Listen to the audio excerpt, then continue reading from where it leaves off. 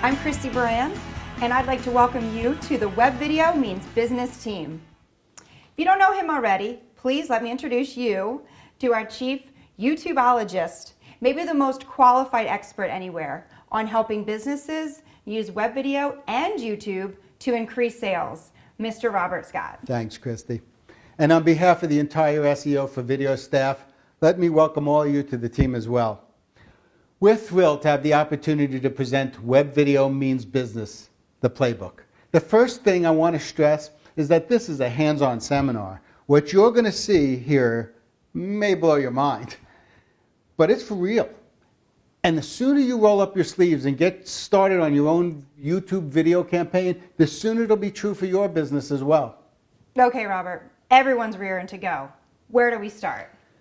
Well, before we get down to the nitty-gritty on what to do, when to do it, and where to do it, in this first video, let's talk about the why. Let me tell you a little story about how my company discovered this incredible technique.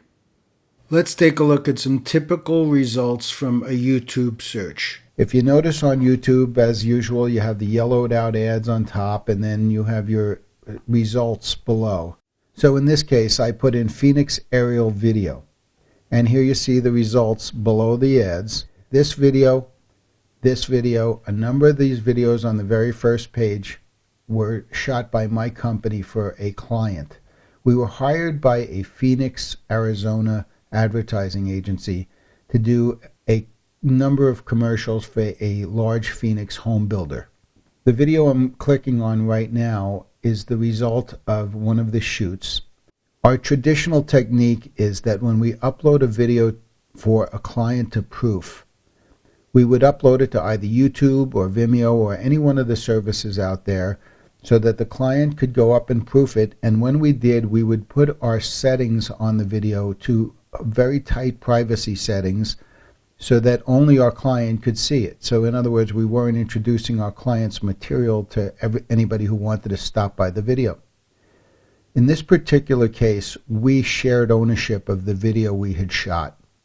And so when we were uploading it for the client to proof some of the video, instead of just doing our traditional job of putting a tight privacy setting and maybe just calling it aerial video for proof, in this particular case, we threw our logo on top to make sure nobody could just steal the video. And then we included a title that gave some information about the video. And we uploaded a little information in the description box that you see here that is more than we ever normally would have uploaded. Normally, we would, like I said, we would probably have left this empty. And in this case, we included this extra information. The next morning after we uploaded the video, we had a call from a potential client who wanted to buy a piece of that video. When I asked them how they found the video so quickly, they said that they had punched into Google Phoenix aerial video and it came up with our video on the top of the page.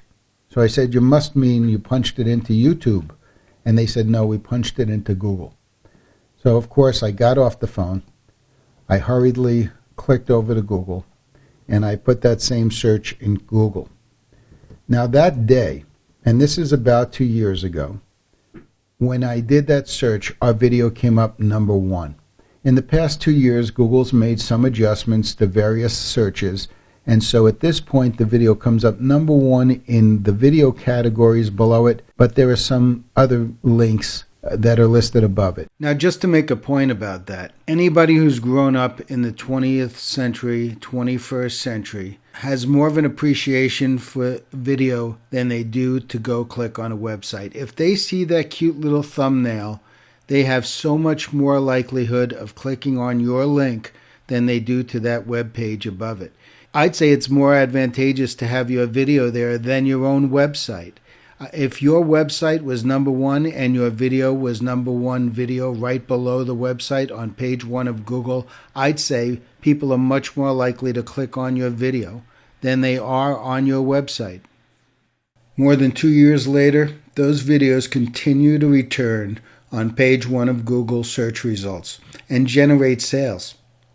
But more importantly, Those results allowed my company to confidently apply those techniques to the campaigns of current and future web video clients.